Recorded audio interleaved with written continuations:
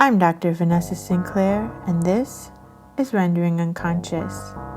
Today's episode is a panel from the conference Rewriting the Future, 100 Years of Esoteric Modernism and Psychoanalysis, held in Merano, Italy, May 31st, 2019.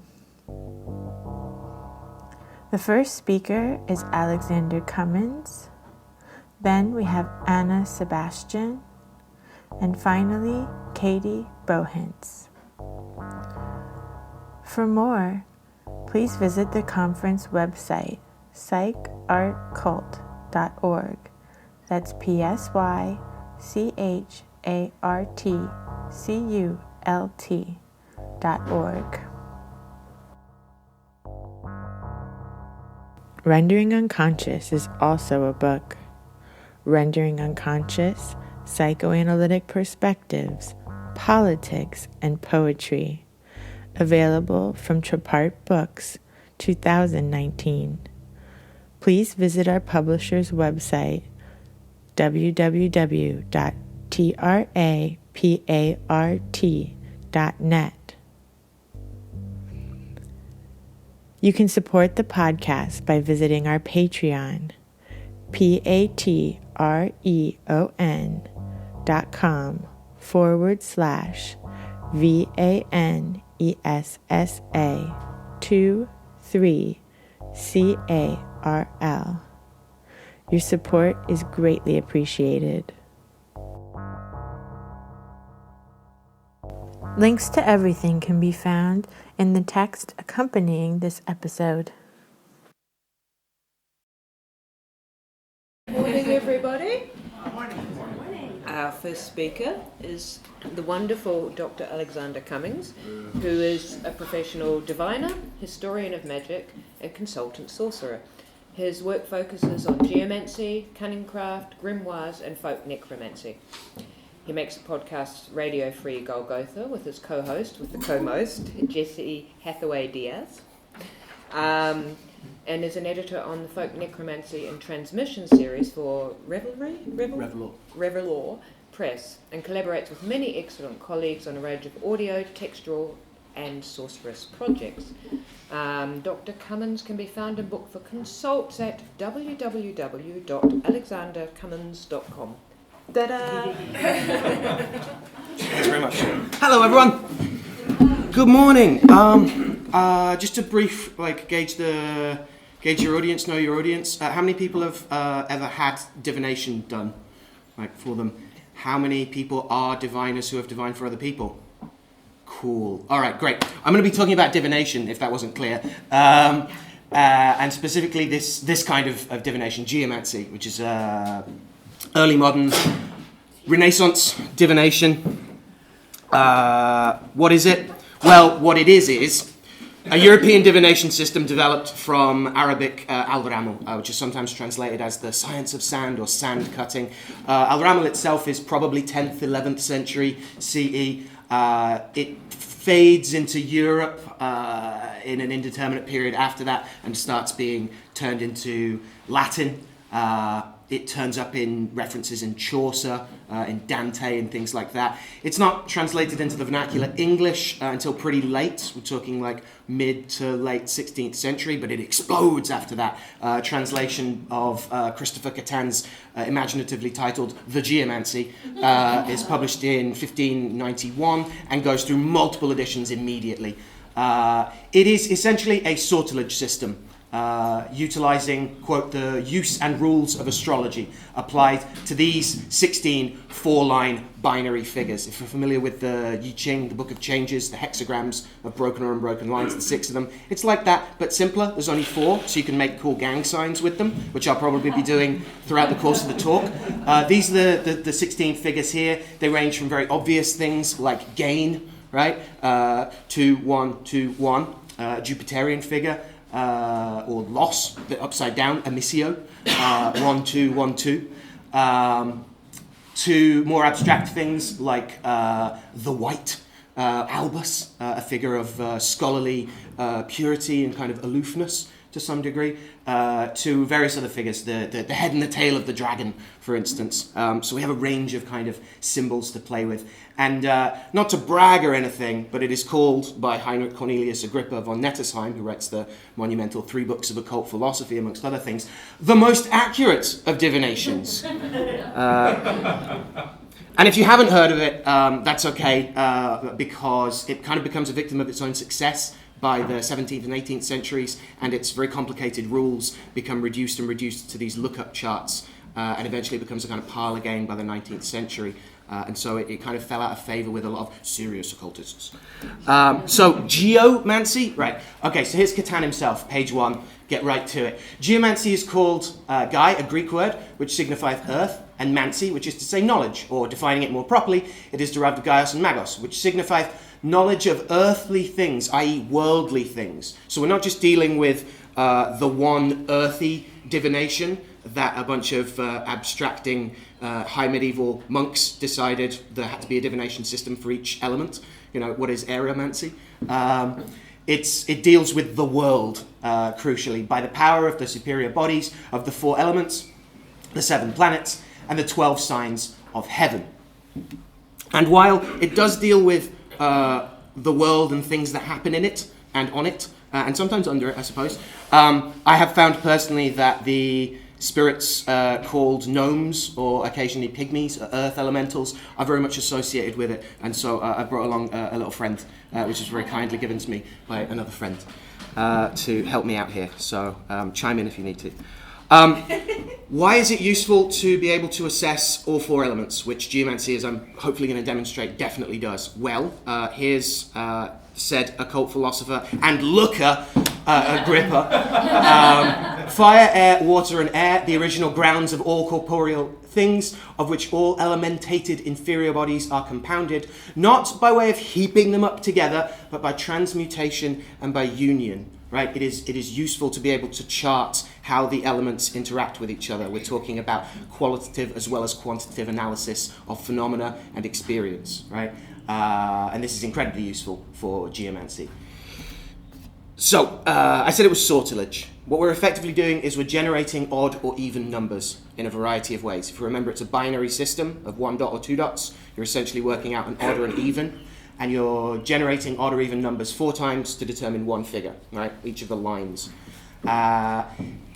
Often, marks are made in what I'm calling prayerful states, right? The idea is that you are praying, inflaming oneself with prayer, as someone once said, and the idea is that you're not counting them while you're doing it, crucially. That's the randomization of it, or the possessory state, or a variety of other ways of interpreting that. They're not counted while you're making the marks, but they're tallied up once you've made the marks. And that's where you find out if you've got odd or evens, and that's how you're generating your figures. There are other ways of doing it, which are called, quote, more objective ways of doing it sometimes, where you are either rolling actual dice. Agrippa even gives details of different polyhedrons that you can use. So if your Dungeons and Dragons dice are lying dusty, then you can bring them back on board. These are Alvaramel dice. As you'll see, they have you would throw the 2 of them, and you would make the figure up from the 2 points, the bigrams of them, I suppose we could call them. And then you can also just use sticks or coins or anything with 2 sides as well. These are sometimes called druid sticks for some reason. I don't know why. So, the ritual of divination, right, in any form, ideally, explores the client's situation as a locus of influences and proclivities of themselves, of their associates, of their environment. And these influences, I think we can think about as a mixture of identities and inertias, right? We are hopefully charting these dynamic patterns, and not only what galvanizes them, what vivifies them, but also what retards them and prevents them, slowing, upregulating, and downregulating. And a horary chart, a chart cast at a particular moment that assesses the inertias, energies, influences of a particular moment, is used to chart agents in space-time. That's the root idea. You're locating the client in this whorling coherence of influences and helping them chart those choppy or still waters. Right? And so there are various particular methodologies to map and navigate such influences. That's a general take on divination of any sort that's going to be useful. And what we're doing, if we wanted some, an academic take on this from Michael McDonald in the beautifully titled Mystical Bedlam, this is individual experiences and social actions resonate on several planes of existence simultaneously. These resonances could be classified using popular religious and scientific law, and the associations created by invoking these concepts made their experiences meaningful and comprehensive. And he's talking about madness, anxiety, and healing in 17th century England, which is where geomancy becomes incredibly popular and is one of my bases for studying dead geomancers and occasionally having a chat with them. But this is, as Cecil Williamson would say, this still goes on today. So I was going to change the past tense of it, but I felt that was unfair to MacDonald. So a couple of the things that I think geomantic divination can offer specifically is that it's incredibly elemental and humoral, and I'll go into that in some detail. The figures themselves have a lot of the elements in them. The charts that we use have an awful lot of different ways of stacking layers of elemental significance. It is an inherently dialectic system, as I'm going to attempt to show, in terms of how we filter down, how we ferment down, how we distill down many answers, many ways of characterizing different facets of a situation to a single answer. But also in the way that we can interrelate different facets, specifically isolating them and seeing how they relate to each other. Finally, it's a sublunary system. It deals not with the stars. It uses the use and rules of astrology, the language, the grammar of the stars, if we like. But there's no astronomy. There's no charting the heavens at all. It's utterly unnecessary to us. What we deal with is the envirtued earth and the influence of the stars that is already present in the material world, right? And crucially, we also deal with the spirits that are already here. They're not coming down in some emanationist model. They're present, and we are dealing with them on the ground. Finally, I think it's thoroughly therapeutic, both in terms of how it offers assessment and how it offers not just the interrelation of different facets of situations, but the ability to interrelate ourselves and our environment and each other. Crucially, Hans Peter's work on Umwelt had me spinning my little brain last night an awful lot about this. So, how is it elemental? For a start, the 16 figures are divided up very like the 12 signs of the zodiac into elemental triplicities, into these elemental quartets, right? So, I won't go through all of them, but there they are. Look at them, magnificent. So we deal with these humoral assessments. Here are the choleric figures, here are the sanguine figures, the phlegmatic figures, and the melancholy figures. By the way, I use yellow for fire, being the yellow bile, choler, and red for air, for the blood and the sanguine humours. So if that's confusing any ceremonial magicians, I apologise. So they have these associations already with an element, with a planet, and with a zodiacal sign. And as you can see from Cauda and Caput Draconis, we also have associations with the south node and the north node of the moon, which charts the relationship between the Earth, Sun, and the moon. And crucially, they are associated with all the malefic planets or all the benefic planets. The dragons are weird. All right. Oh, interesting. Yes, right? Yeah. Yeah, we can return to that one, absolutely. So we can also see that there's, in terms of the figures, there's a mixture of ideographic understanding of them and some very concrete pictographic readings of them. Via, the way, is all the single points, right? Populace, the crowd, or the congregation, is all the double points, the most points there can be in a sign. Sometimes it's said that Rubeus, which is the red, a figure of bloodshed and danger, it's the red alert, is an upside-down cup, which I think probably comes from phlebotomy and the practice of cupping. I think it's literally a picture of that. Conjunctio is a crossroads and an X, the X that marks the spot, crucially the X on the contract that you can't read. And also a good metal sign, which itself is probably from an Italian known as blessing. The figures are divided up into their elemental gangs, but also each figure is an interaction of elements, right? So here's Pua, the boy or the young warrior, and each line of a figure, of any figure, is referred to as the head, the neck, the body, and the feet. And crucially, each of these is given an elemental association. Now, whether there's one dot or two dots, There's a variety of explanations as to what that means. Many modern geomancers have kind of taken an influence from the I Ching and talked about them as active and passives, or present and absent. So in this case, one could say that Pua has an active fire, air and earth line, and a passive water line. What does that mean? Well, I want to extensively quote block of text John Michael Greer at you just for a second. And Pua, as he outlines, is a figure of male sexual energy balancing the feminine figure of Puella. Unstable and forceful, deals with conflict and sudden change. It's associated with Mars, Aries and fire, as we just learned. And he talks about it having this energy and purpose, but no receptive inner life. Right? How about that? All aspects of its nature are projected outwards into the world of experience as an act of creation or a source of delusion. Like a young warrior riding forth on a quest, it carries the spear of fire, the sword of air, the disc or shield of earth, but must seek the cup of water elsewhere. An image that has more than a little to do with the inner meaning of the legendary quest for the Holy Grail. So we can see that there are a variety of ways of interpreting these presences and absences of elemental meaning and virtue within a sign itself. Okay, so the signs are full of elements, right? Full of humours. Our form is such a fault. I did not think we'd be dealing with Arthurian shade. Awesome. So when I say humoral, we're probably familiar, I hope, with the idea of humoral theory a little bit at least. The balance of four moistures correlating to the classical elements, underlying healthy functionality, right? A balance of the choleric, sanguine, phlegmatic, and melancholy humours or spirits. Now, abundance of these is said to produce a kind of constitution, or occasionally called a complexion, governing personality, experience and expression of passions, and predilections of behaviour and cognition, right? So, hence the kind of humoral person here. However, we can go a little deeper with it.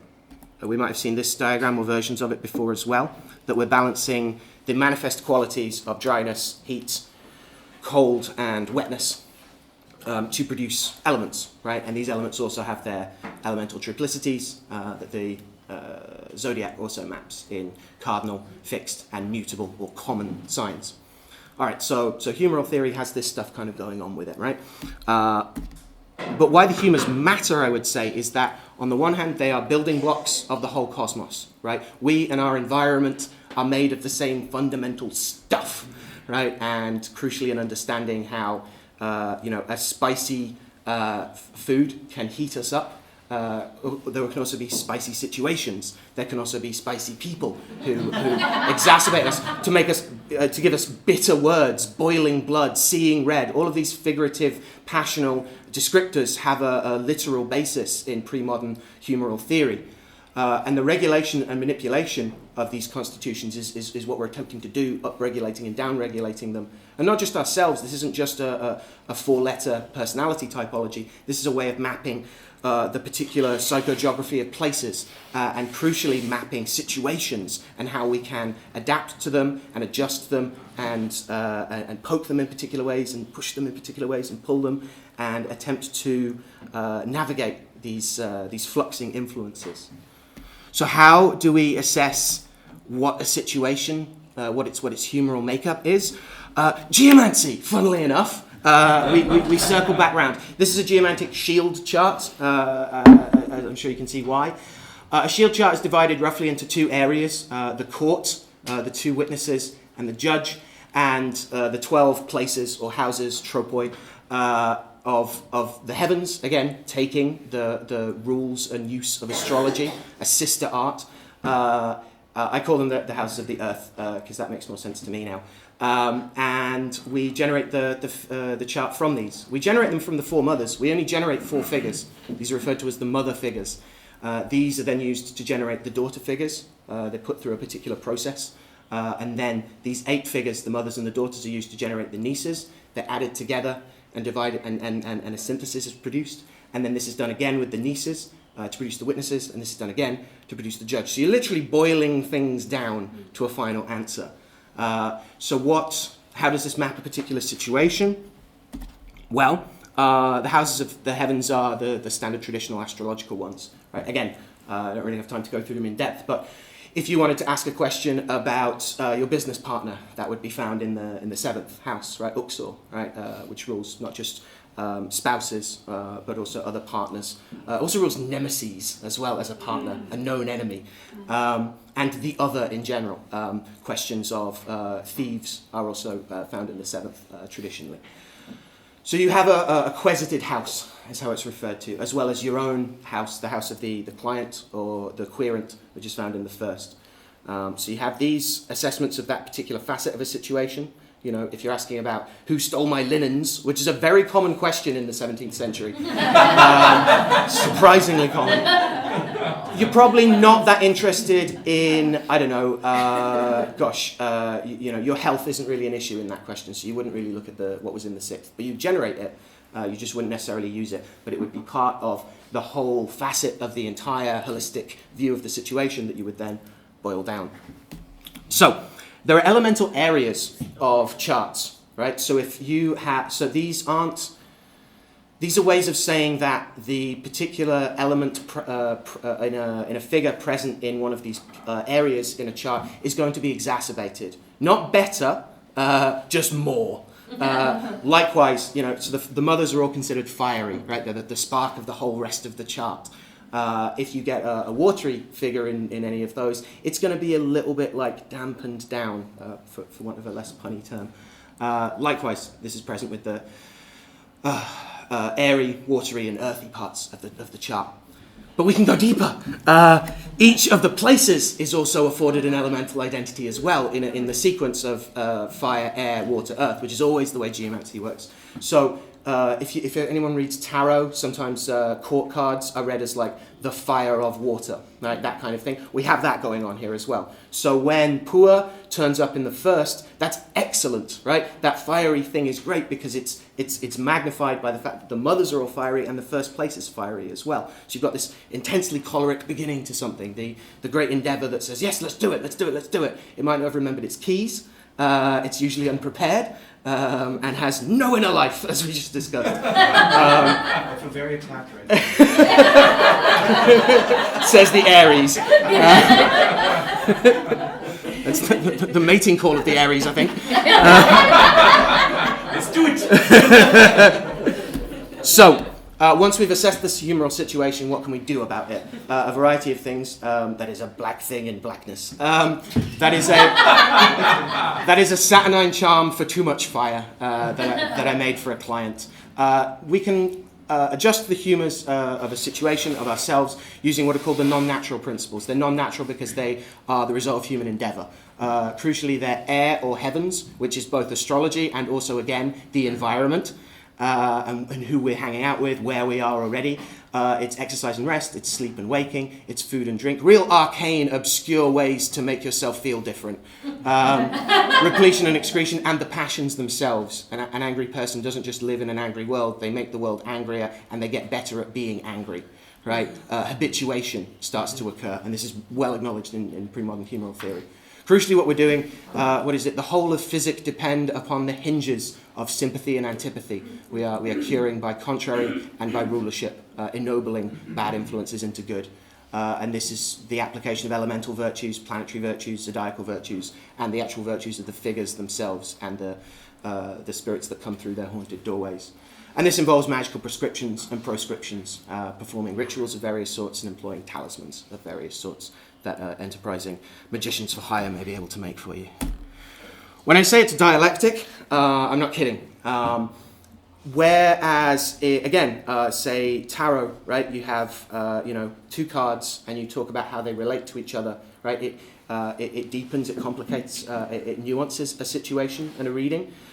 Geomancy, the figures are added to each other to produce a new figure. Thesis, antithesis, synthesis, right? Odds and evens. So conjunctio and acquisitio, right? 2 and 2, 4, right? 1 and 1, 2, even. 1 and 3, odd. 2 and 1, odd. Produces a new figure, right? I don't mean to be talking down to anyone, but this is how the whole thing works, right? This is it. This is the very one simple trick.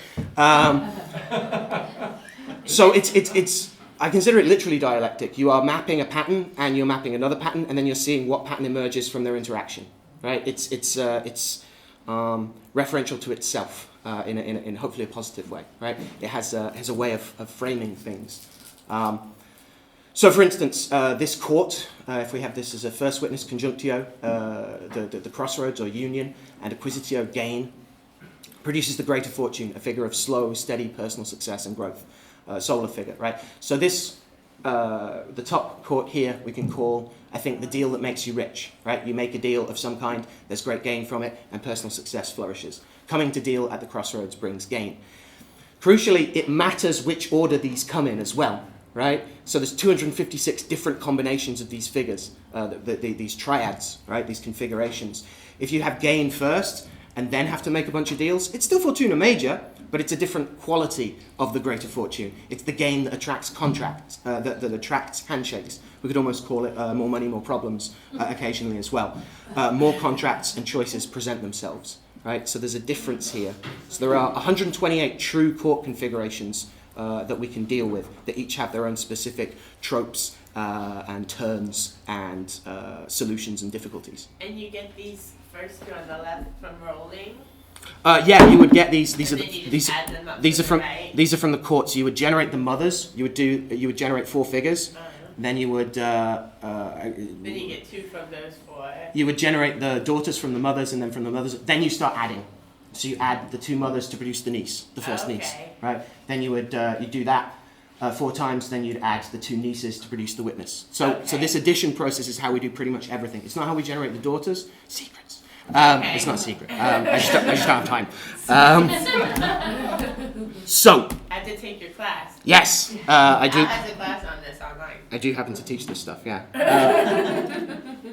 So we don't just interrelate figures next to each other, as with the court here. We don't just add those together or add the 2 mothers, 1 and 2, to produce the ninth or the first niece. We can also add parts of the chart that aren't consecutive next to each other. The main way this is done is to produce a 16th place in the chart. It's 15 places, which is called the reconciler or the sentence. So we have the judge, which gives you your answer, the result, and then we also have the idea of what is the result of the result. And the way that's generated is by adding the judge to the first figure. So we have an alpha and omega thing going on here, but also the first is the querent. So here's the judgment, and how is the querent going to behave once they've been given the judgment, right? Geomancy has ways of assessing how a patient or a client is going to react to the news you're giving, right? It also has ways of seeing if a missio comes up in the first loss, they've neglected to mention something really significant. A missio is also a Venusian figure. It's a kind of Venus retrograde. It's Venus after a really bad breakup. And it's very often that the client has either completely neglected to mention something, a loss of memory, or they're ashamed of something, and you have to very carefully assess how to bring that out to best benefit them. And sometimes you can see that and know it's going on, and you don't have to address it. It depends. The chart can give this kind of information to you. You can also tell by either the 7th or the 6th what the client is projecting onto you as the diviner as well. Whether they just want you to replicate what they're already feeling, if they're only going to concentrate on the bad news, if they're only going to concentrate on the good news. So there's internal assessments of the process itself, which is incredibly useful. So I want to give a historical example here. It's the romantic prospects of one Barrington Mullins, as he attempted to court, fantastic name, as he attempted to court Mary Hamden. It is, the chart is here. It's from the 15th of August, 1597. Thankfully, a lot of geomancers kept really great notes. So the court here, Albus moving to Laetitia, the white moving to Joy, produces Albus, right? That Venusian figure. It's loss. It has some shame stuff, but it's also about, gosh, how do I phrase this? You lose your heart to someone, right? That's a loss as well. And so it's still good for love. Question specifically. But the interrelated analysis is what I wanted to just briefly point out. So not just how is 1 and 7, how is the querent and their sweetie, how are they going to react with each other? Via, very, very changeable figure, the way, but also the moon behind a cloud. 1 and 9, how is this going to spiritually and affect your religious life, which is an interesting one. And then 4 and 7, is your dad going to like her? Which Laetitia, apparently he does. So yeah, brief example there. And I love these as well because suddenly we start to get something of the rich inner life of our ancestors as well. Yeah.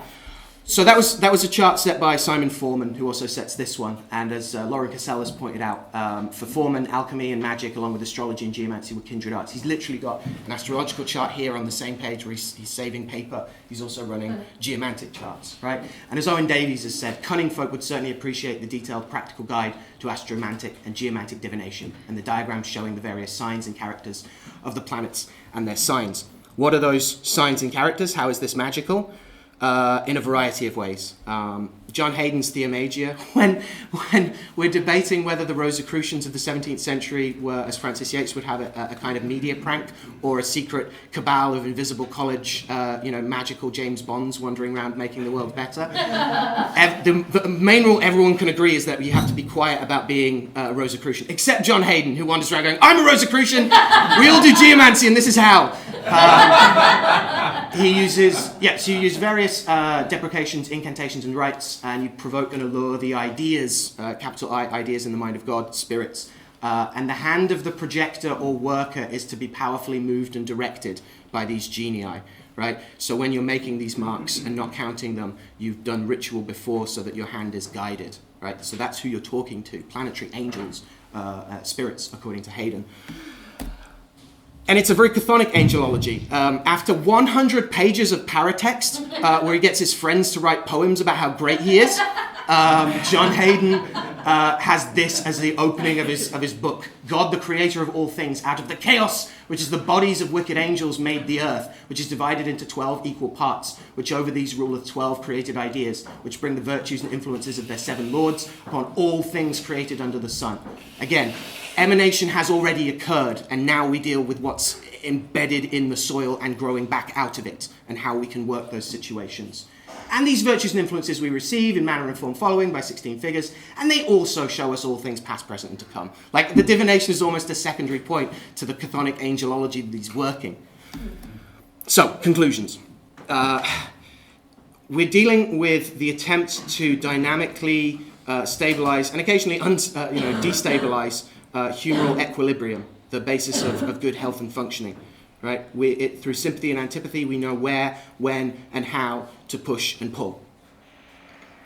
I conceive of this in a manner of the planets, the planetes, the wandering ones, right? That we're not just, holding our bowls out, waiting for the fruiting boughs of the stars to drop their indifferent fruit at us, right? Yeah. That we're tracing and gathering the foot track of the wandering ones across the earth. The mushroom hands of the planetary and virtued sons and daughters of these stars are coming back up, and we're harvesting them and working with them, right? Not just as this emanationist heavenly imperative that inferiors obey superiors, but that this kind of rhizomatic networking of invirtued ground of our being and this inspirited world that we are in interrelationship with.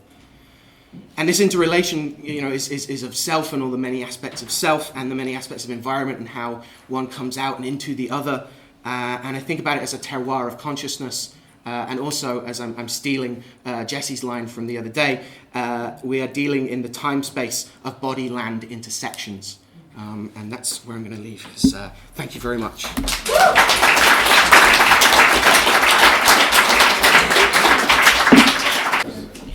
Sebastian. Okay. Anna Sebastian is an artist exploring the intersection of occultism, art, and psychoanalysis. She's interested in the utilization of symbols by painters and how, in image making, networks forgotten, unseen, or unspoken might be revealed.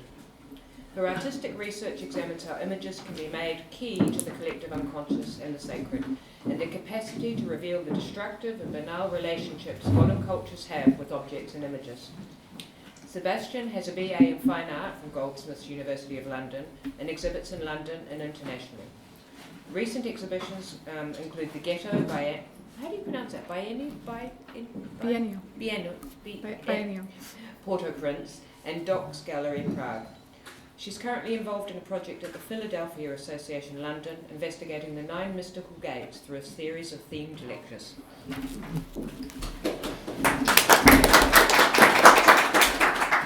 Thank you for inviting me here. I actually wrote this paper with Stephanie Moran, who unfortunately can't be here. So as a replacement for the real Stephanie, I have her voice, which will form a form of conversation between us. How might psychoanalysis, occultism, or the esoteric and exoteric be a means to experience a pre-conscious or mythical state of reality outside of time? Is painting a method through which this is most effectively realized? What are the connections between a divinatory painting practice and Carl Jung's thought and practice, specifically around colour theory, psychomorphology, and theosophical Akashic records? Ithell Colquhoun combines analytic and magical techniques for scrying in her painting. This paper will perform close readings of her works and the concepts she worked with, including Hermeticism, Theosophy, Kabbalah, Psychism, as well as her use of Surrealist techniques. Colquhoun was a British artist, writer and occultist. She was associated with the British Surrealist movement until her excommunication for refusal to give up occultism. She was an initiate of a number of esoteric orders, including the OTO New Oasis Lodge and Countess Tamara Bolkun's Golden Dawn Order of the Phoenix, and was a deaconess of the Druidic Ancient Celtic Church. The Surrealist Revolution, its exploration of inner worlds and creation of new mythologies, seemed to invite connections between the unconscious and the Hermetic. Surrealists' overt influences ranged from Sigmund Freud to writers of the French occult revival, such as Eliphas Lévy. Many of them used alchemical imagery, and a number of Surrealist tarot decks were produced. The Surrealists' actual relationship to the occult, however, was mostly superficial and ironic. Processes of automatic drawing and painting as methods of unlocking the unconscious were not used for interpreting the spirit world. There was a coolness to the process, an inward-facing, self-centered lack of belief or spirit. For Colquhoun, the occult delivered of the modernist project what Surrealism only vacantly promised: embrace of female power and emancipation, a collective vision, and a living spiritual practice. Colquhoun's cousin represents a major conjunction in her practice. Edward Langford Garstin was Cancellarius of the Alpha Omega chapter of the Hermetic Order of the Golden Dawn, and the secretary of G.R.S. Mead's Quest Society, which Colquhoun joined in 1928. The Golden Dawn was enormously significant for Colquhoun. She shared their use of tattvas and also applied the Golden Dawn's colour system in her paintings and tarot cards. Carl Jung was embedded in Gnosticism, and like Colquhoun, wrote and painted images with strong pagan symbology, as though to invoke these forgotten faiths in a post-sacred world, as explicit in Jung's Red Book. Her work further expresses this parallel by exploring Jungian psychical dialectical opposites of alchemical hermaphrodism.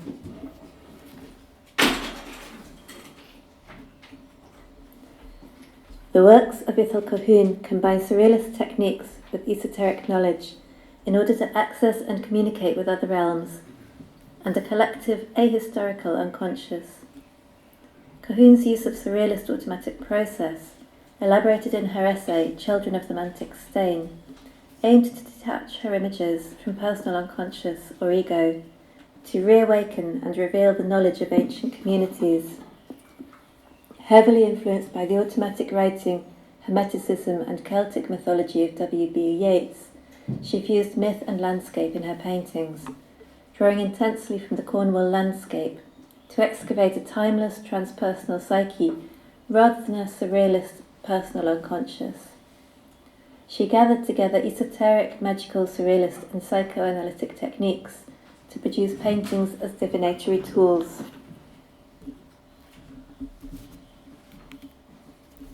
In 1923, Carl Jung held a series of seminars in Polzeath, Cornwall, at the Analytical Psychology Club. The seminars covered topics of analytic transference in psychoanalysis, the power of the symbol, magic, and the effect of repression by the church. In the same year, at the age of 17, Ithell Colquhoun's lifelong interest in occultism was stimulated on reading a newspaper account of Aleister Crowley's Abbey of Thelema. Between 1913 and 1914, Jung experienced a series of visions through a process of self-experimentation he called active imagination. These visions would be written as the Black Books, forming the basis of his Liber Novus, also known as the Red Book. The visions are Jung's exploration into the unconscious, where he encounters his soul and undergoes a series of challenges akin to that of an initiatic path.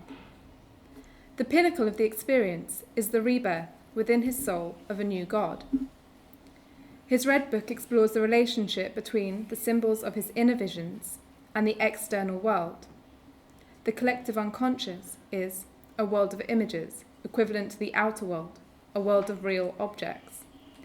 It is simply the unknown side of objective reality. He proposed that one could send their anima or animus into the unconscious to retrieve information through automatic processes. In the same 1923 seminar, Jung proposed that images were equivalent to magical objects, providing energy.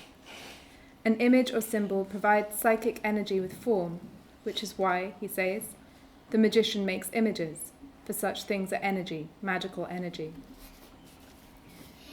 Similarly, in his 1901 essay on magic, Yeats states, "I cannot think of symbols less than the greatest of all powers, whether they are used consciously by the masters of magic or half unconsciously by their successors, the poet, the musician, and the artist."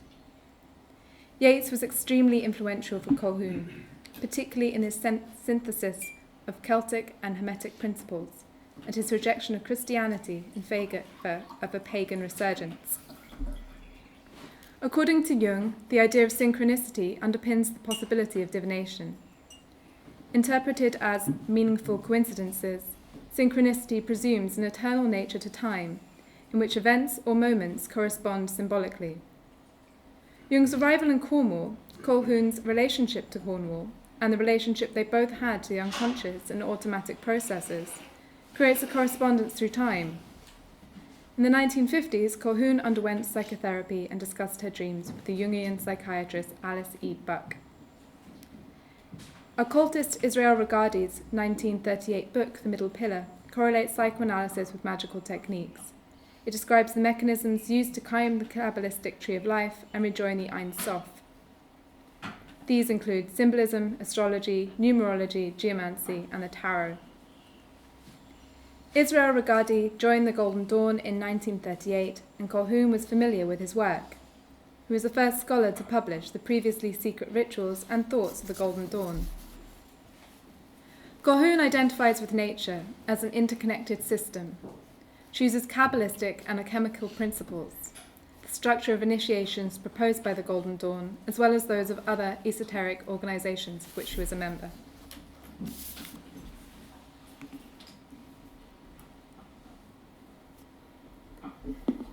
Colquhoun conducted extensive research into many esoteric systems and occult orders. Like many modernist artists and occultists, she synthesized and incorporated a variety of different systems, finding correspondences between some and treating others separately, using them as appropriate for what she wanted to achieve. She created alternative diagrams of the Tree of Life, suggesting its transferability across man, woman, plants, animals, and even atomic structures. Her process is mathematical.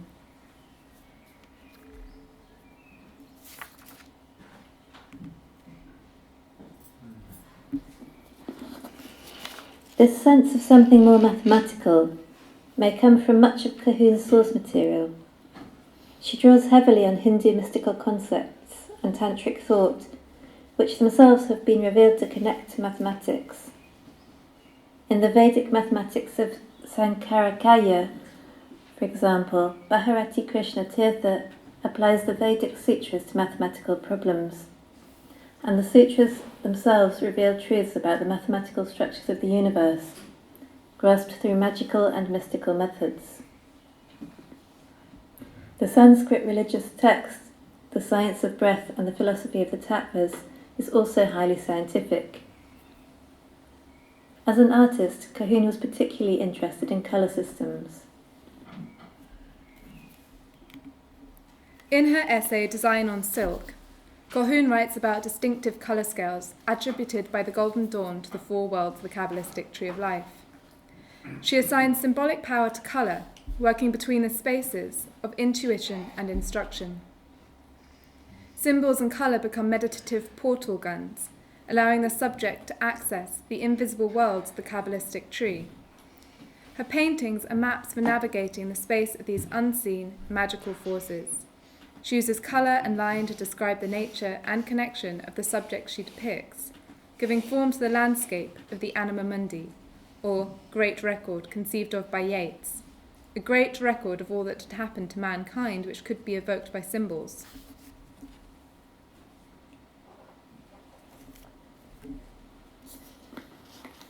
The Akashic record, originating in theosophical thought, is considered a kind of database of every word, thought or action that has ever happened, stored as kinds of energetic prints and encoded in a non-physical plane of existence, also called the etheric plane. The Akashic record is thought as a kind of computational substrate, and more recently related to quantum physics, as an enduring memory of the universe, stored rather as in a computer memory. The Akashic record can be accessed through deep meditative states. It is constantly updated with each new thought, word or action that every soul or entity makes. Or it could be thought the past, present and future are all already there and can be accessed. The Akashic record contains information about every soul that has lived, everything that has happened or been thought, and connects each of us to one another. It is sometimes compared to Jung's collective unconscious, but I think this is inaccurate. The Akashic record has nothing to do with archetypes or representations. It is a complete historical record contained in energetic matter. However, Jung was profoundly influenced by theosophy, so I would be interested in the audience's thoughts on this.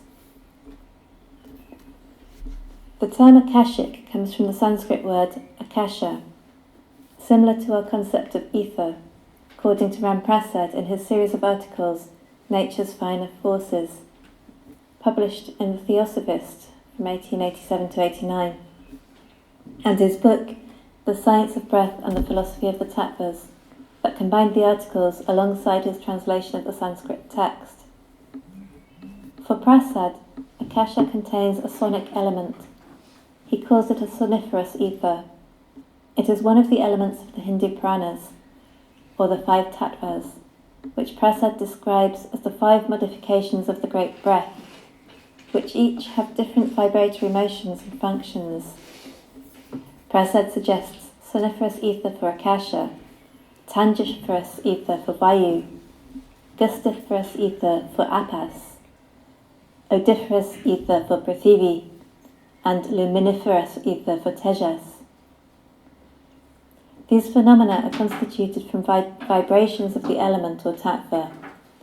The tattvas are the things that give birth to the vibration, that constitutes the phenomena of sound, touch, taste, smell, light. We do not perceive these ethereal vibrations directly, only as they are mediated through things or materials.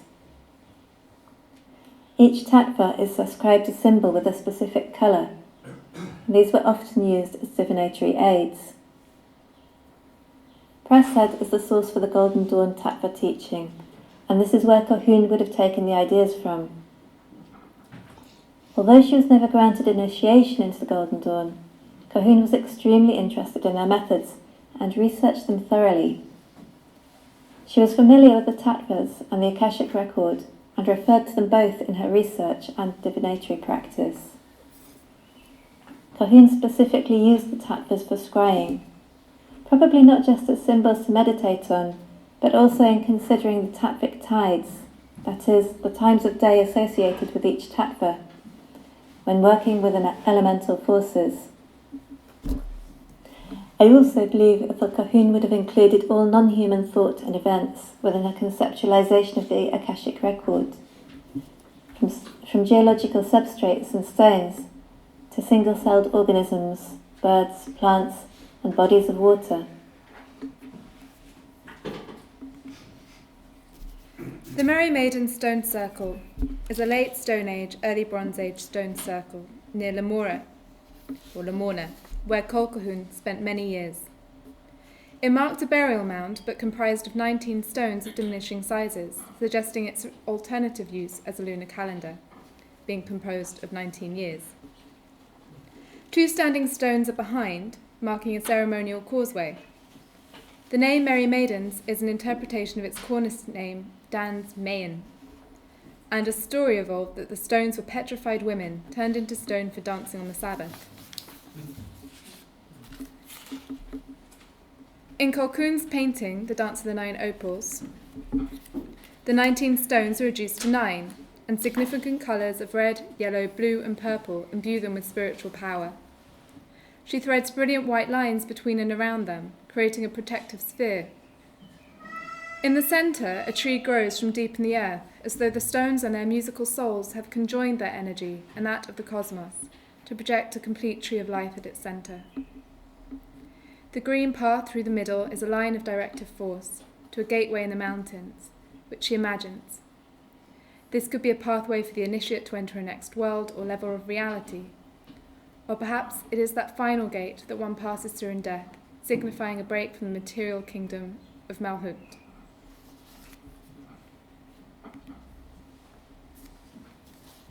Gordon Dawn founder, McGregor Mathers, devised 4 colour charts for the 4 worlds and 4 trees of life. The 4 worlds are Atzilut, the archetypal world, Bria, the creative world, Yetzirah, the formative world, and Asya, the material world. The corresponding colour charts are King, Queen, Prince, and Princess. The King scale is intended to represent the highest, almost abstract of the 4 Kabbalistic worlds, the world of Atzilut, which proceeds directly from the Ein Sof. Colquhoun's essay, Design on Silk, analyses the symbolic and aesthetic choices of a design she had created, demonstrating a practical application of Kabbalistic knowledge, and she writes about these colour charts and their relation to her images. For this image, The Dance of the Nine Opals, she clearly used the King colour chart, which is important. She identified Atzilut, the archetypal world, as a parallel and utterly real plane of existence. Her painting visualises the bonds, energetic fields, and corresponding natures of the stones to the landscape. The realm of Malhut forms the ground to the stones. Circular like the Sephirot, it is defined by yellow.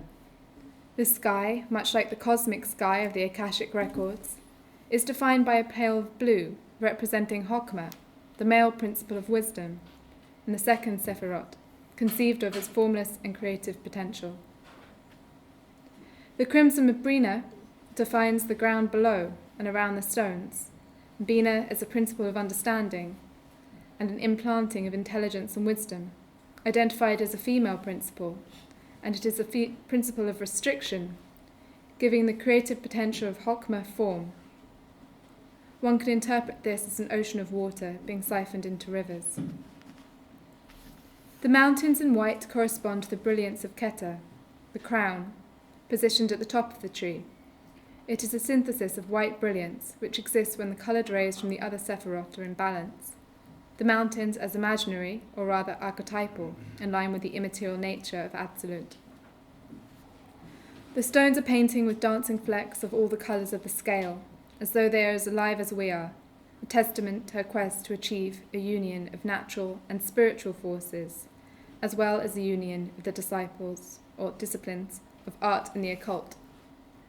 In all, the image poses a distinction between the kingdom of Malkut, the world of matter, and the supernal triangle, that of Bina, Hokmah, and Keter.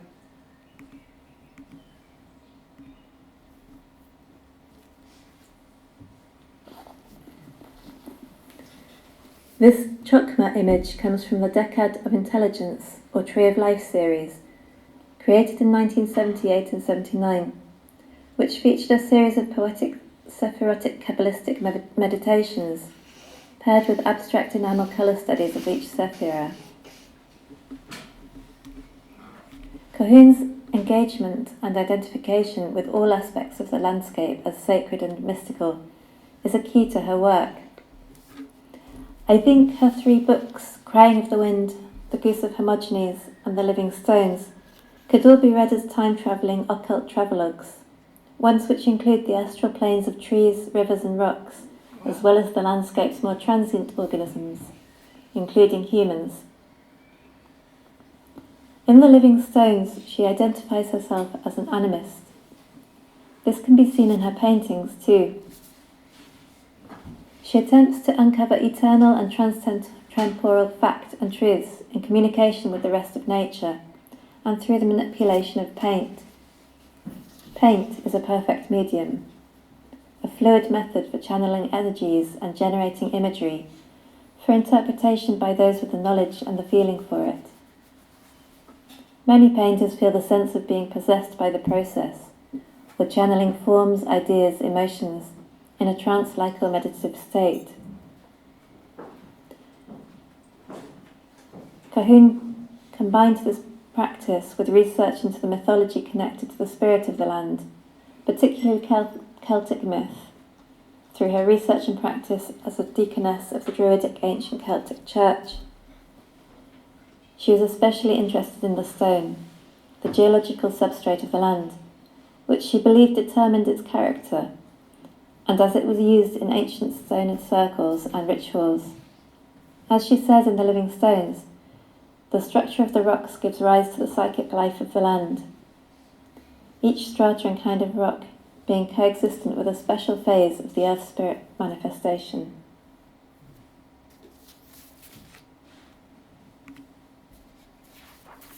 Colquhoun painted and sketched a rock formation in Cornwall called Ithell. In The Living Stones, Colquhoun describes an attempt to use the Ithell to cure herself of rheumatism. Her attempt was unsuccessful, which she attributes to a prerequisite of nudity in crawling through the stone from east to west. Ithell has unknown origins. It may have been a natural formation as a tor turned on its side by ancient inhabitants, and it was very likely used for fertility rites. In one of her studies of Ithell, Colquhoun dynamically depicts a woman stretched out between the rocks, her chakras aligned with them, and her feet and hands grasping the standing stones on either side, as an uncovering of the soul of the earth, which she identifies with. She painted the formation in 1942, tracing coloured lines between and under it, like an energy force field, as though the stones are activated by the ground. These could be seen as manifestations of the Akashic record, or signifiers of natural power centres, much like the ley line theory, which Colquhoun may have only been vaguely aware of, as it had not yet entered into common esoteric usage. As a practicing artist, I explored Colquhoun's areas of research through my own art production. Colquhoun's various drawings, paintings, and descriptions of sacred sites, such as Ithell and the Merry Maidens, highlight their historical importance. Many of the standing stones and stone circles are made of granite, so extraordinarily heavy to move. The myths attached to them, presumably as a Christian deterrent, only add to their mystique. In the past, I had spoken to a Haitian Hugan, a voodoo priest, who insisted there were a certain number of gates to another world. These gates had physical locations, and a portal could be constructed by the synthesis of man and nature. And in the construction of these sites, did the ancient Druids feel closest to the sacred, based on intuitive principles through a relationship cultivated with nature? Did they manifest energetic and sacred significance through a building of these monuments and create portals to alternative locations? And if so, could I travel through them? My image hypothesizes instructions on how to activate a portal in line with Colquhoun's own writings by crawling through the central ring from east to west.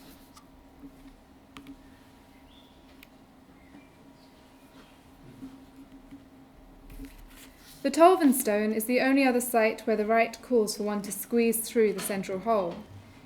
Colquhoun assumes that a prerequisite for nudity would apply here too.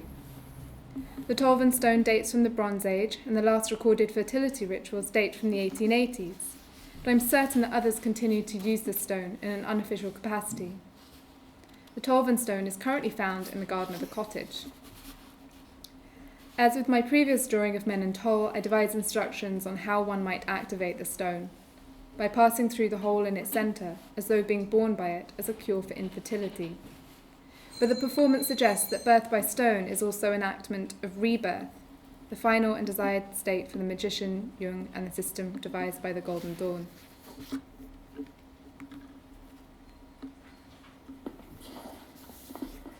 Where Jung thinks in terms of myth, Colquhoun thinks through material, process and ritual, through the media she uses and through colour.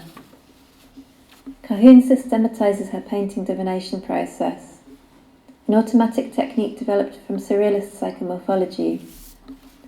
For Colquhoun, the automatism is only the first step, and the most interesting images generally come through the work of interpretation, after the liberation of the automatism.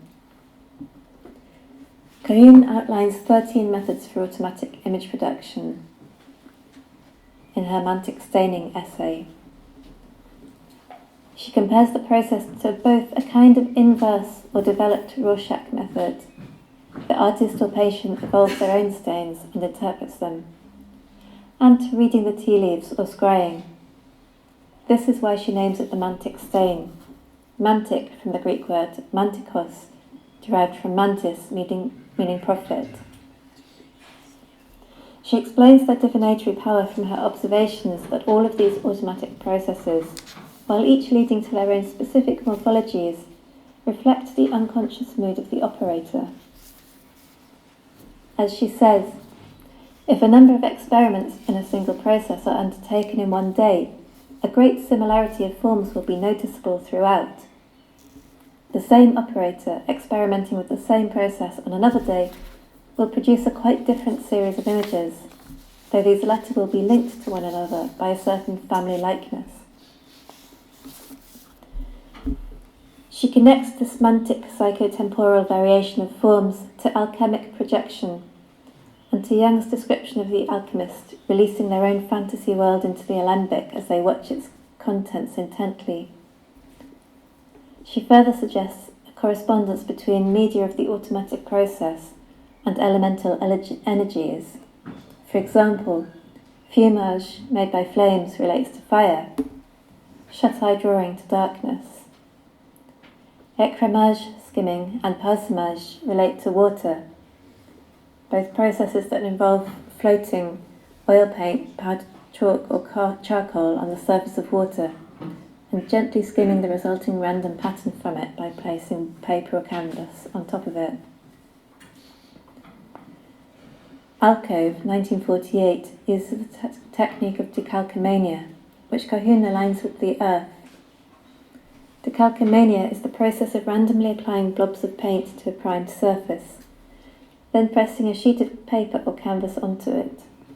When removed, forms found in the blobs can be worked into. It can be seen as an interior space, even a bodily interior, perhaps a womb-like space. The walls are fleshy and bloody, visceral. The blue and yellow motif could be a figure lying on a couch, perhaps a psychoanalyst's couch, or a figure sleeping. And I think that's out of time.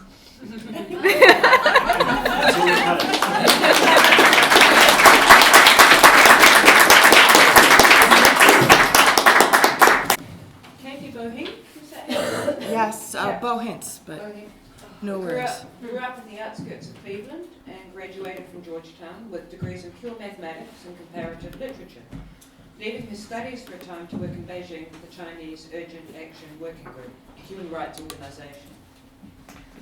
Now living in New York City, he works as a data scientist and marketeer. Since 2013, she's collaborated with Leanne Brown in directing Tender Buttons Press, the distinguished publisher of experimental women's poetry, for which she edited Tender Omnibus, the first 25 years of Tender Buttons Press, and Please Add to This List, a guide to teaching Bernadette Mayer's sonnets and experiments. Bohinc is the author of Dear Elaine, Tender Buttons 2014, Letters to the French philosopher Alain Badiou, is that how you- Badiou. about poetry, philosophy and love, and a book of poems about the divine feminine, Trinity Star Trinity, Skeleton, 2017. Published this weekly describes her as her most recent title Scorpio, as an astute, witty feminist collection. And whenever you're ready.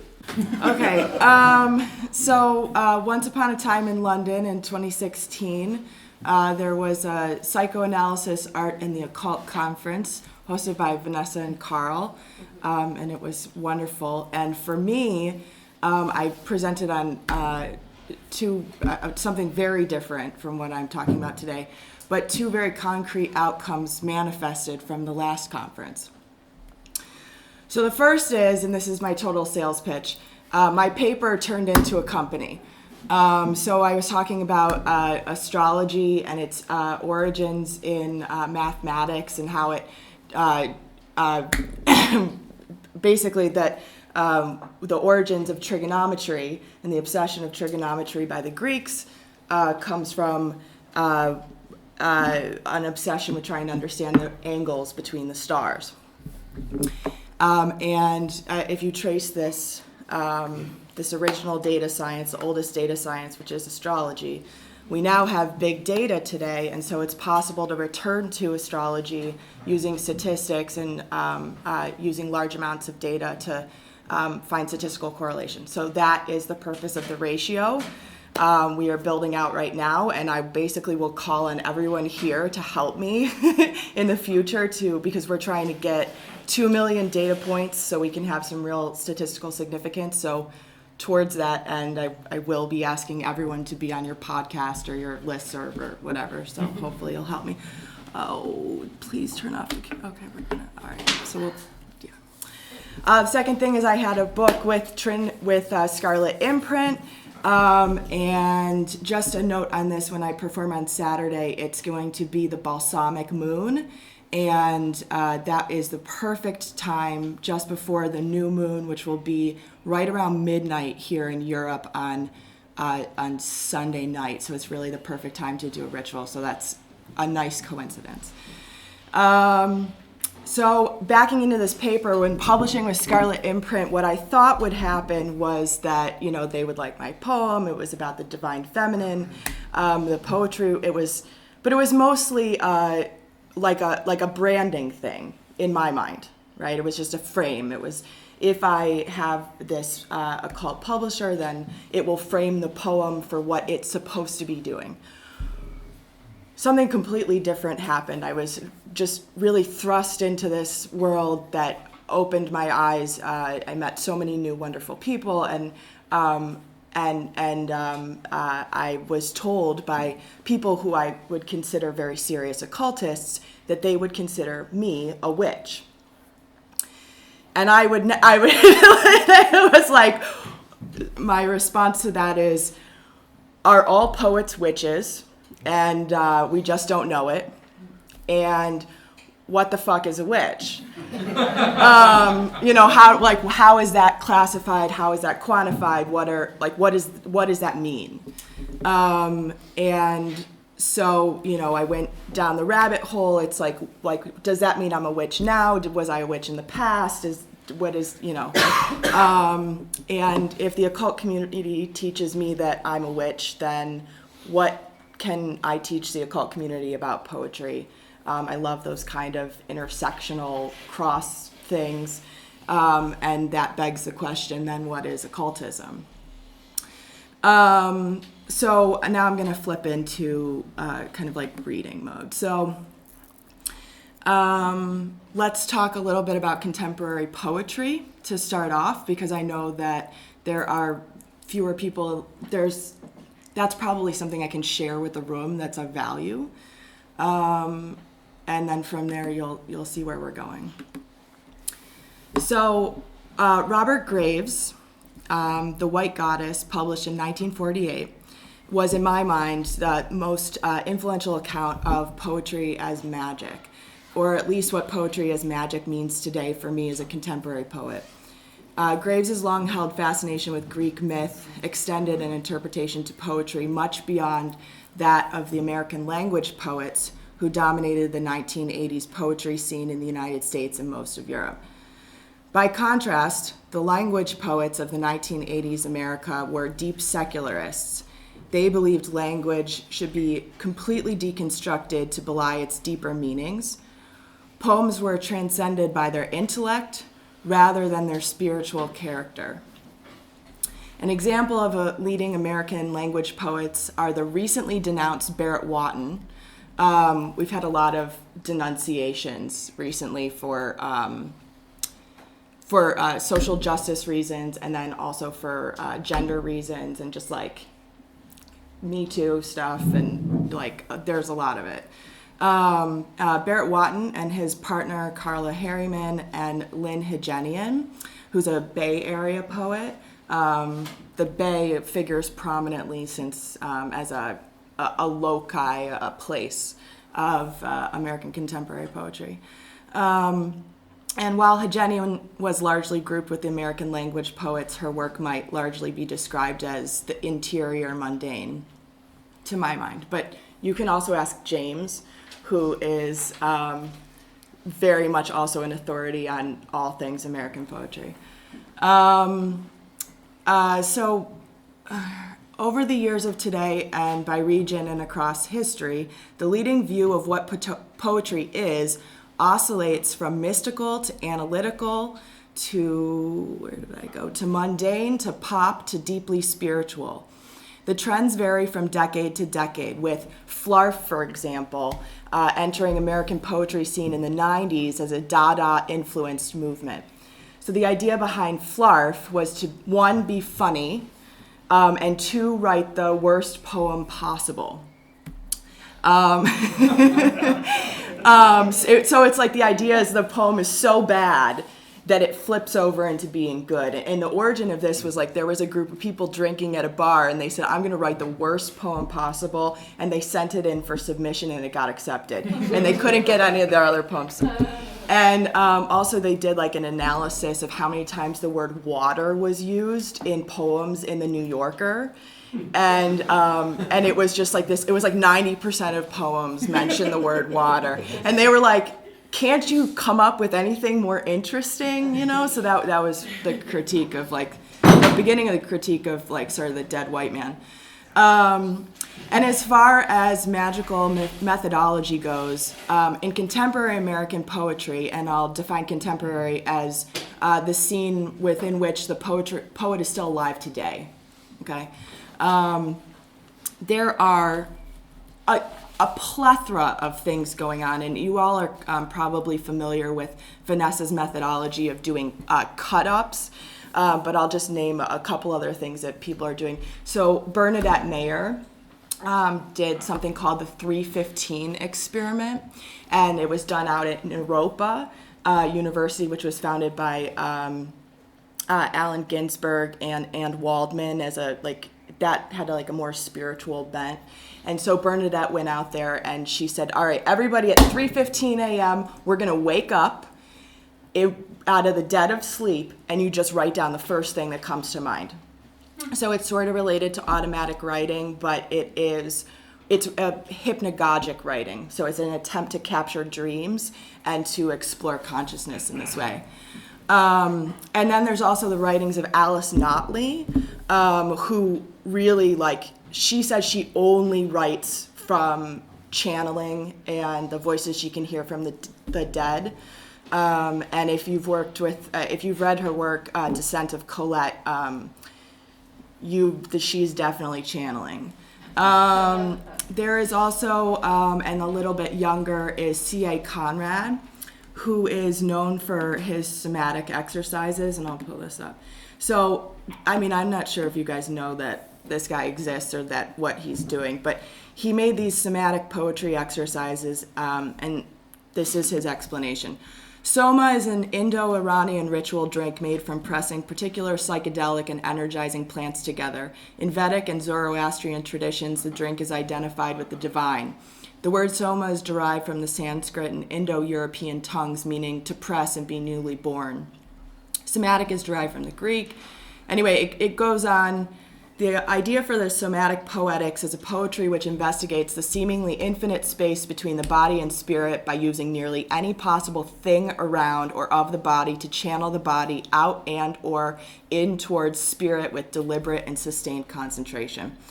And the exercises go from things that you could clearly say are occultish to things that you're like, this is more and more ridiculous. So, for example, here we have wash a penny, rinse it, slip it under your tongue, and walk out the door. Copper is the metal of Aphrodite, which never forget this, never, don't forget it, ever. Drink a little orange juice outside and let some of the juice rest in your mouth with the penny. Oranges are the fruit of Aphrodite, and she is the goddess of love, but not fidelity. Go somewhere outside, get going with your penny and juice. Where do you want to sit? Find it and sit there. What is the best love you've ever had in this world? Be quiet when thinking about that love. If someone comes along and starts talking, quietly shoo them away. You're busy. You're a poet with a penny in your mouth. Idle chit-chat is not your friend. So be quiet, so quiet that the very sounds of the love be heard in your bones. And after a little while, take the penny out of your mouth and place it on the top of your head. Balance it there and sit still a little while, for you are now moving your own forces quietly. All right. Anyway, so let's try and plug it in for just a minute and see if it blows up. All right. So Conrad, and Conrad's really quite famous for these somatic exercises. I'll just riff a little bit for a second. One of the other things that he has done recently is he decided that he would write poems in Walmart parking lots. And so he drove like all over the United States into these really, like he got a car and he would sleep in the parking lot and write about his experiences. And it's actually a fabulous way to go on campaign for president of poetry in America. But the exercises are all sort of like this. And then you have also the example of Ariana Rines, who is really very clear and explicit that she believes that her best work seems to come to her from an outside force, but that she has to grant that force the power, or she has the power to grant that force voice. Oh, yes. Oh, my gosh. You're amazing. Thank you. My apologies for my shitty $300 computer, which is now dying. How do I... Oh, I don't need that. How do I... Just It needs to be at this. Oh,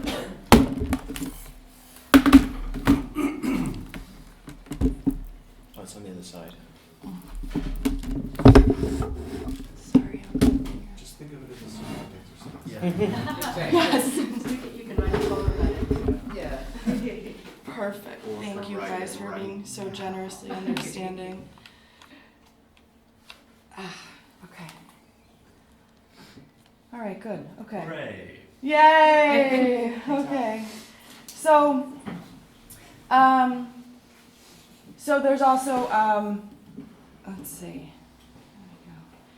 Right. So, and yet, so while they're using all of these spiritual ways to create poetry, or I don't know if spiritual is the way to understand it, the content of these poems, really very few of them whatsoever have a spiritual content. It tends towards, scientific. The content itself tends to be secular or political, really. Particularly with C.A. Conrad, it's very interesting. He writes a lot about the death of his former lover to AIDS. He writes a lot about being gay in America. He writes a lot about anti-war. So that's sort of an interesting contrast to the methodology with which the poetry is being produced. So I would say, and I would also say that the way that people describe their own work, the work is described in non-magical terms. It's described in scientific words with social justice signaling, philosophical argument, and in fact, everything but magical or spiritual connection. Under the surface, however, this is actually what is happening to a degree, and there are examples over the past century of some more explicitly devoted spiritualists, Spicer, Duncan, and Graves among them. And James is the expert on the Berkeley Renaissance, so you can talk to him afterwards. But it's hinted at, right? So whether or not that's Robert Graves or Badiou in the philosophical term saying that poetry is, quote, elsewhere, there is sort of like a window. Anyway, so we're going to go down this. Oh, so one of the things I want to talk about is China, and in part, it's just my personal experience with China. But I wanted to discuss it because Ezra Pound also found his start in China. So I always wanted to be a writer since I was really young, and it was my secret because I would write these poems and I would show my parents and they would be like, oh, that's nice, you know, like I just didn't really care. And but I kept my little secret, and I would write, you know, as I would write, but I didn't feel like I was really a writer. And it wasn't until I lived in China that I sort of just fell into this new way of knowing. I had grown up in a very scientific household where we approached life from an analytical perspective. It was very heavy on the math. This isn't to say we didn't discuss the question of God, we did, but we approached it from an analytical discourse of what was possible based on what science had proven. We always made room for the impossible, and yet in China I learned of something radically different. In China, and this is where Pound goes early on in his career, he's like 19 years old, he goes to China and he discovers the idea of the ideograph, or the Chinese character, and he brings that back, and that's really one of the major innovations in modernist poetry that Pound contributed and sort of what launched his career. And in sort of the way that in American poetry, everyone is using magic and connecting to spirit in order to write, but describing the work as political or analytical terms. In China, the descriptions are opposite as well. In China, there's much emphasis placed on intuition, and the word logic is literally a transliteration imported from the British during the Opium Wars. So the word logic doesn't exist in Chinese. The word logic is literally luoji, and it came during the British invasion of the Opium Wars. Similarly, they do not have a word for analytical. But, I mean, so the assumption frequently among foreigners who are there, they think, oh, this is so illogical, these people are so illogical, they don't have words for these things. But it's not true. I mean, that can't be possible. The Chinese, more Chinese major in mathematics than any other country in the world. They invented gunpowder. They manufacture nearly all of the most technically sophisticated parts and pieces of the machines in the world. So it's not possible to argue that the Chinese culture is not scientific, logical, or analytical. However, you can say that it is happening without the language that is describing it. So, you know, it sort of becomes a question of self-identification or branding. You know, how are we describing ourselves, and what is it that is completely happening, but we're just don't have the words for it. So I've always believed that poetry was a curse. Personally, it happened to me. It wasn't a choice. And I have so little time left, so I'm just going to skip back to my PowerPoint. How do I open my PowerPoint? Oh, it should be on the Kingston drive, is it? Yes, perfect. At the top. Yay.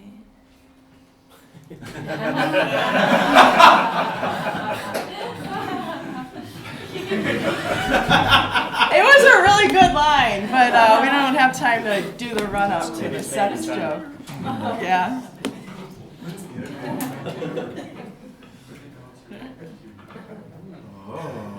I think we can blame that on Al for not having office. Now we know your dirty secret. Fight the system. So how do I make sense of this, right? Like, so I'm supposedly a witch, and why am I a witch, and are all poets witches secretly? And so the first question is, there is really a very big difference between process and content, right? So people are they're using these witchy things in order to get to, or what would be called like magical operations, in order to get to something that's not necessarily the content. And part of the reason why Trinity Star Trinity had to be published, to some degree, it was better published with Scarlet Imprint, is that the content of it is explicitly spiritual. And that was not being really well, the publishers were like, we don't know what to do with this, right, in American poetry. But, so the question then, the challenge, it's not enough to say that you just have, process versus content, right? But part of the issue is that if channeling is poetry, then how does that overlap with all the other religious motherfuckers out there who have been channeling religious texts for so long, right? So you have the Book of Revelation, you have like the Book of Mormon, right? Like these guys basically went out and they were like, God talked to me, and then I made this thing, right? So that sort of complicates the nice little diagram that I was going to draw with arrows. So how do I interrogate that and continue to try to make a nice little diagram, right? And so the issue becomes, do you have a distinction between magic on the one end of the spectrum and religion on the bottom end of the spectrum? And this is something that I think we touched on briefly yesterday in your talk. But I think that if I might be so bold, through several conversations, I have sort of been able to say that you can collapse occult and religion under one thing, which says that the commonality between these two is fundamentally the belief that one is communing with the dead or spirits or other realms. And I think this is also helpful for reasons that people said yesterday, which is that although Christianity was very rude to the occult methodologies that gave it birth, in other cultures, that like kind of mean and violent dialectic didn't necessarily occur. And so in some places like the Caribbean, people grew up side by side with Christianity and with occult practices. And in places like India, astrology is still highly prominent today. And so I think for me that helps me feel more comfortable with that collapsing. And then you get into a new question, or I get into a new question. So if I've defined this term as spiritual, well, there's a lot of New Age people who like to say that they're very spiritual, and the consciousness community is talking about being spiritual. So I went and talked to the consciousness community in America, right? And I was like, all right, what's the deal? And the guy I was talking to, Ken Jordan, he runs something called the Alchemist Kitchen. And his father ran Grove Press, so he published Burroughs and like all the beat writers, and he went into tech for a while, and now he's like literally like the king of ayahuasca. Like he does it like 3 times a week, or I'm sorry, 80 times a year technically is the number he told me, on average. Yeah, it's a lot. And he's sort of like the king of the consciousness community. It was actually really, so I had a real long conversation with him, and I said, look, I'm trying to ask this question, like why these people think I'm a witch, like am I a witch, what does that mean? And he said, it was really interesting. He said the occult community, and it was so interesting what you said at the beginning. Someone asked this on the first panel, and his response was that the occult community was trying to control outcomes, and therefore it was about power. But the consciousness community, the drug people, that they're just trying to open themselves up to experience.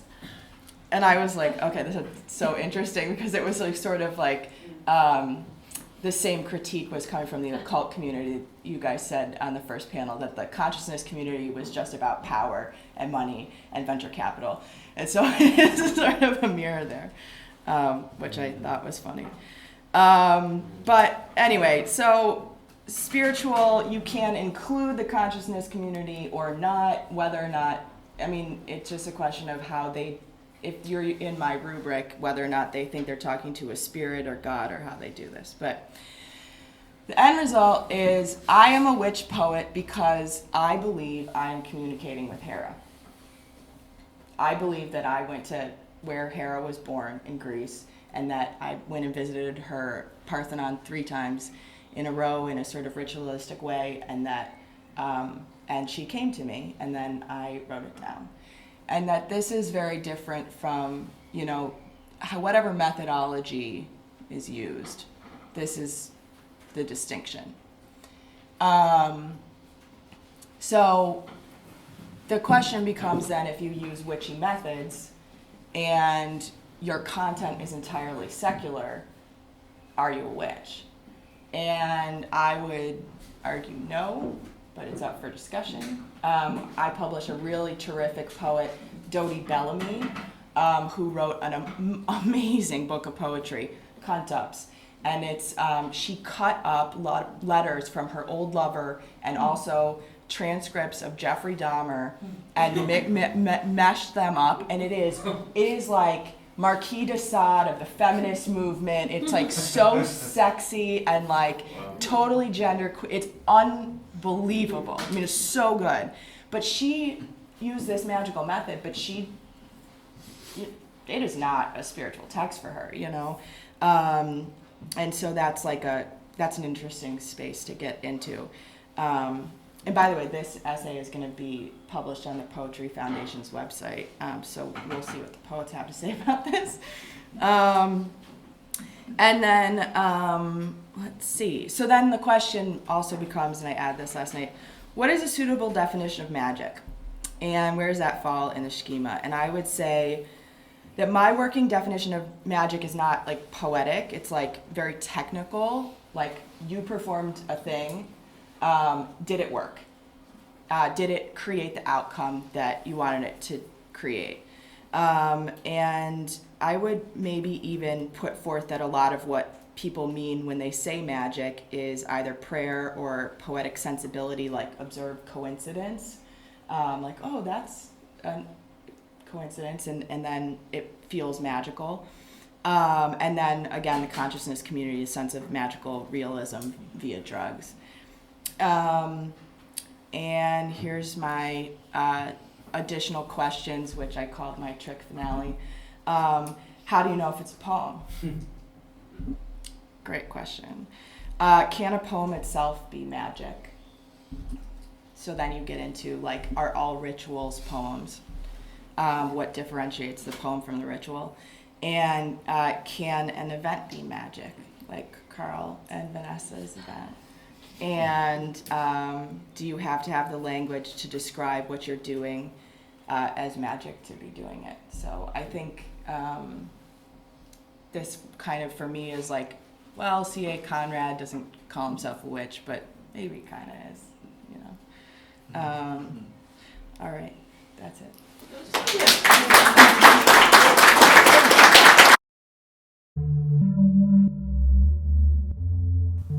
Thank you for listening to Rendering Unconscious.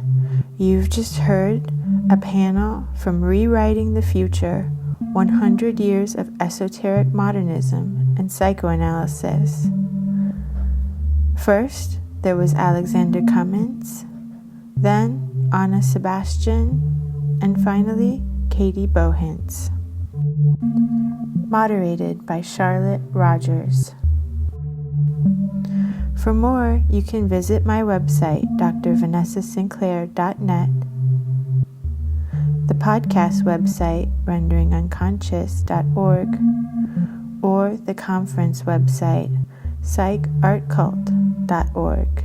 That's PSYCHARTCULT.org. Rendering Unconscious is also a book. Rendering Unconscious, Psychoanalytic Perspectives, Politics, and Poetry. Available from Trapart Books, 2019. Please visit our publisher's website, www.trapart.net. You can support the podcast by visiting our Patreon, patreon.com/VANESSA23CARL. Your support is greatly appreciated. Links to everything can be found in the text accompanying this episode.